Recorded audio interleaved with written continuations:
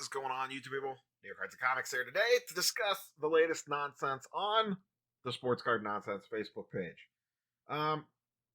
I guess reading comprehension is hard for people. I'm not really sure why this is a thing this week. I don't know if people are just bored after Christmas before they go back to work, or they have too much time on their hands, or what the case might be. But everyone is freaking out that and tearing apart cards, which you can do whatever you want with your card, that's up to you, and are mad because when they rip the patches out of these memorabilia cards, they have different players' names on them, which means that jersey that they tore out of this card was from Irv Smith, not from Jordan Addison. And the internet has collectively lost its mind about this for some reason. Like I said at the top, I think reading comprehension might be hard for some people.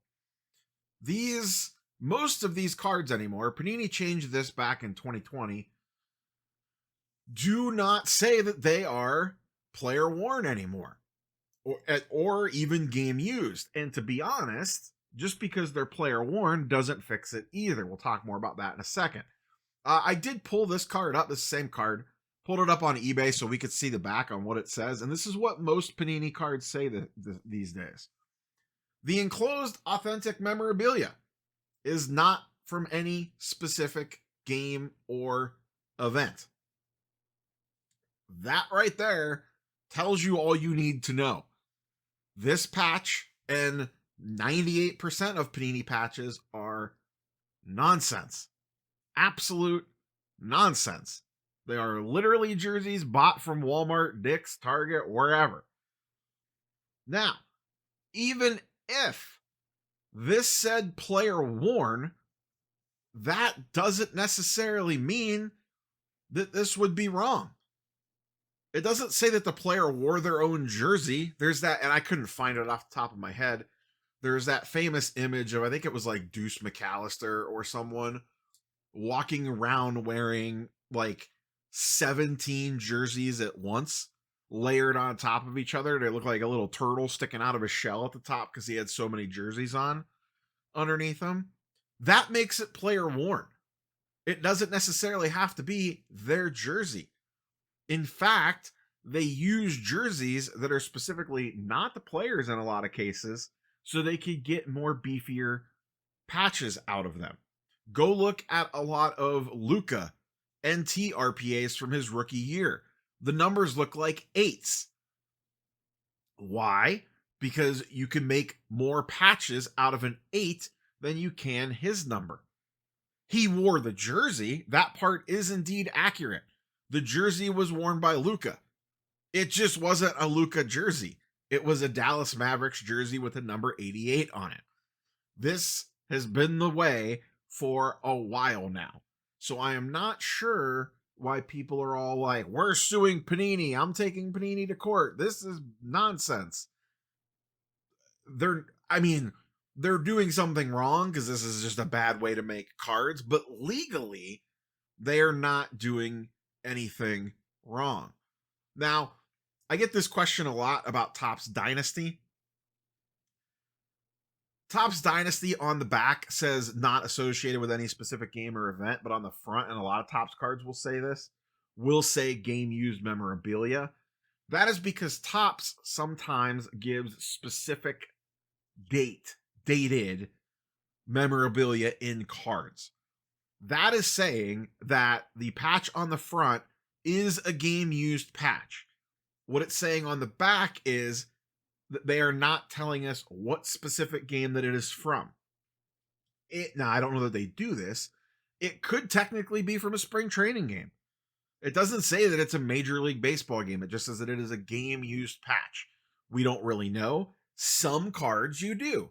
It will specifically state on the card, this is from, they do a lot of stuff like the World Baseball Classic. Like, this ball, this jersey, whatever, is from the World Baseball Classic.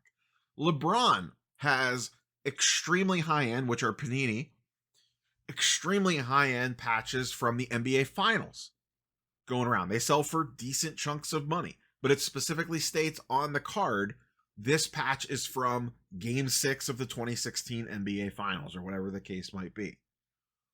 In this case, and in most cases, almost every jersey and mem card that you pull in the modern hobby, outside of extremely high-end stuff, and even that isn't safe anymore, go look at National Treasures, it could be like this.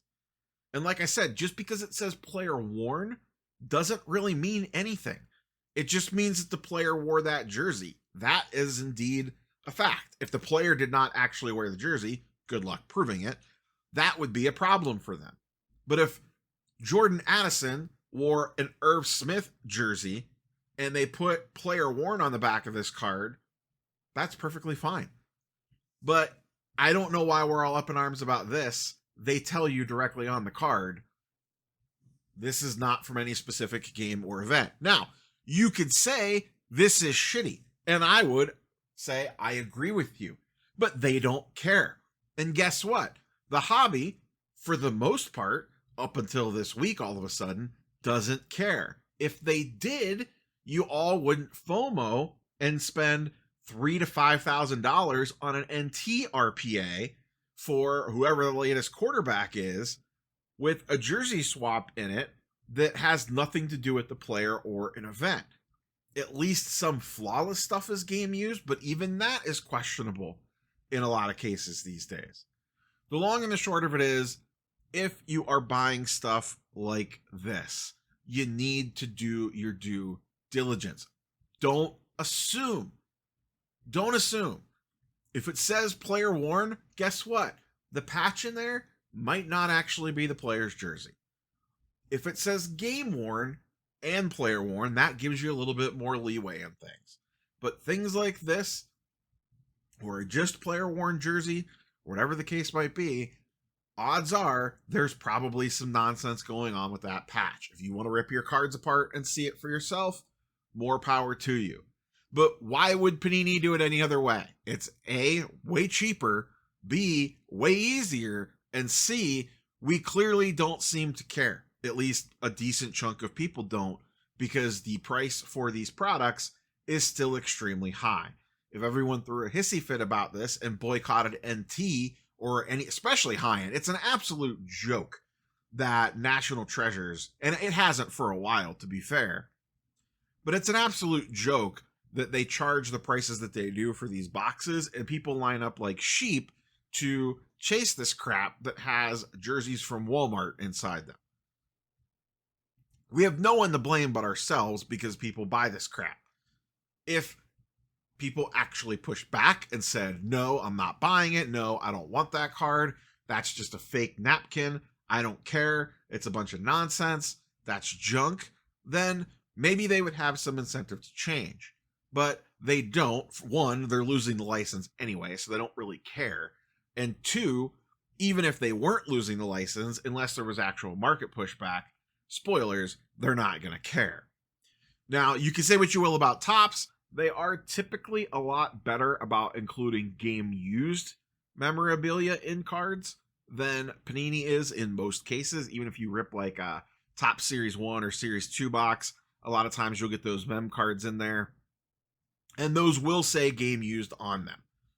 They'll have a little chunk of a bat or a little piece of a jersey. I've even pulled ones that have game used from an all-star game or, stuff like that.